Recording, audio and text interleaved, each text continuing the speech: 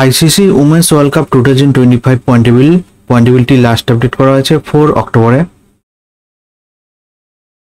3 অক্টোবরে England women versus South Africa উমেনের মধ্যে ম্যাচ হয়েছিল। এই ম্যাচে ইংল্যান্ড উমেন উইন হয়েছে। তাই আজকের পয়েন্টেবিলিটি ঠিক এরকম। নাম্বার 1 পজিশনে আছে ইংল্যান্ড, 1 ম্যাচ খেলে 2 পয়েন্টে।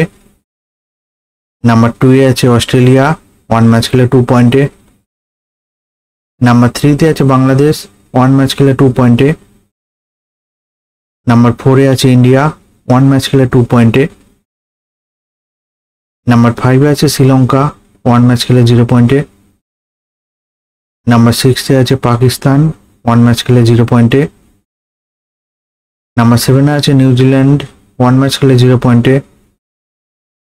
নাম্বার 8 এ আছে সাউথ আফ্রিকা, 1 ম্যাচ খেলে 0 পয়েন্টে। এই ICC women's world cup 2025 points table last update করা হয়েছে 4 অক্টোবরে। ভিডিওটি ভালো লাগে থাকলে লাইক, কমেন্ট, শেয়ার করবেন।